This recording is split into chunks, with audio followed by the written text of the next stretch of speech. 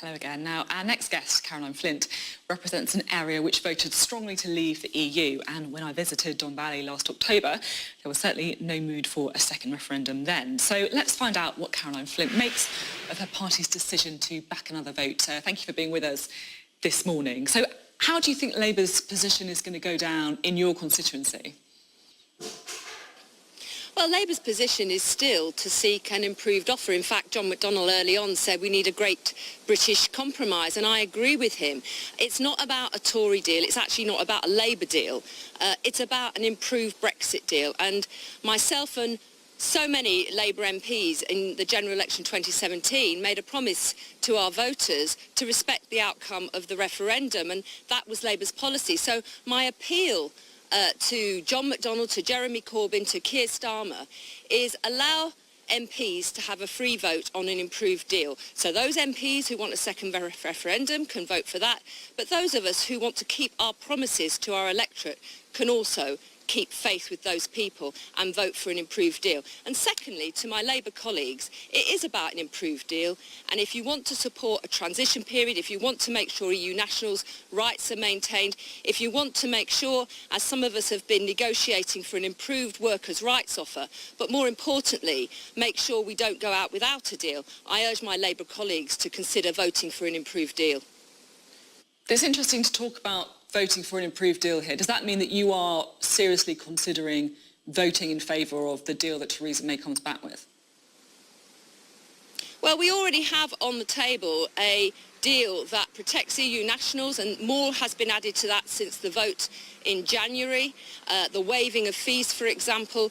We have been in negotiation and discussion about an improved offer workers' rights, and what that means for your listeners is as we leave the European Union, we maintain those employment rights, health and safety rights, environmental standards that we currently share, but going forward, we make sure that Parliament can consider that where those rights are improved by the European Union, we debate it in Parliament and vote on it to see if we want to adopt those rights. And I think that's important. It is one of the key red lines that Labour had in terms of its negotiations with the government. I urge the front bench of the Labour Party to continue putting on the pressure, as those of us have been doing, to secure that as we come to the vote on an improved deal next week. So if you get those assurances on workers' rights, will you vote for Theresa May's deal? Well, I've got to see it before I believe it, but we have been negotiating for those set of conditions, and if an improved deal comes back, and that is guaranteed, if we are going into a situation of a transition where we can go into detail to discuss in more detail trade and security arrangements, EU nationals being protected, but importantly, more than anything else, I don't support bowing out without a deal. And if it's a choice between an improved deal and no deal, I think we should seriously consider supporting an improved deal. And that represents the principles behind my voting and my approach to this whole debate over the last 1,000 days. How many other Labour MPs do you think are in the same position as you, seriously considering voting for what you would describe as an improved deal? I think there are many Labour MPs who share my concerns that not only after the referendum in 2016 did we support Labour Party policy to respect the result, but also we stood on a manifesto in 2017 whereby Labour said the decision to leave the European Union has been settled by the British people and we will work to secure the best deal. And it is in that spirit that we made our pledges to our electorate, and those of us who want to stand by that want to have that respected right now. I think there are something like 60, 70... I think there are something like 60, 70 Labour MPs who feel as strongly as I do against the second referendum. But also I think it's important to recognise many of those MPs also feel that we have to move on, we have to stop a no deal, and if there's an improved offer on the table, Labour should engage with that sincerely. As I've said before, Sophie, this isn't about a Tory deal or a Labour deal. This is about trying to secure an improved Brexit deal and allow us to move forward, because I want to, and I know this is shared by many of my Labour colleagues, we want to get on to the domestic policies that we feel haven't been addressed in the last 1,000 days because of the Brexit discussion.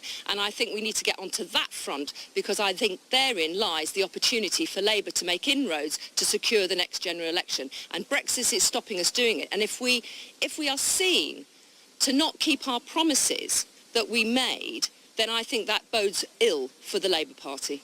So just to be really try and push you, because I think it is quite important. I mean, how many MPs do you think, Labour MPs, do you think could potentially vote for a deal when it comes back to Parliament?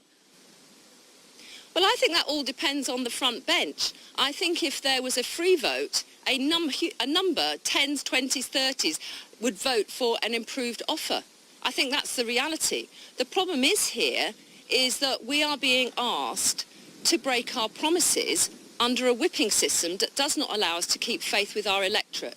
Now, look, Brexit has divided the country, it has divided parties, it has divided the Labour Party. So my appeal to Jeremy, to Keir, is allow us to have, on this big issue, a free vote. So those who want to stop Brexit, those who want to have a second referendum can vote for that. But those of us who want to keep faith with our promises that we've made can also keep faith with those pledges too. And I believe, to that end, a free vote is absolutely justifiable. Now, we know that many Labour MPs are really agonising about the state of the Labour Party right now, whether that's because of concerns over Brexit or anti-Semitism. And I just wonder what your position is about the assessment of the health of the Labour Party right now. This year, Sophie, I would have been a member of the Labour Party for 40 years. I joined in 1979. And I would have to say, on the issue of anti-Semitism, I have never known anything like it in terms of people who seem to have come into our party with hardcore anti-Semitic views. The last 3 years has just shown that this is a phenomenon that has not been there in the Labour Party before. And I'm not just saying that.